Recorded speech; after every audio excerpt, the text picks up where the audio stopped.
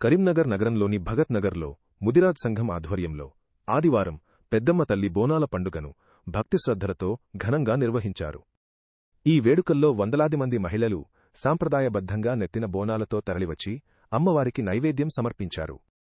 మంగళ వాయిద్యాలు పోతురాజుల విన్యాసాల మధ్య ఊరేగింపు కోలాహలంగా సాగింది.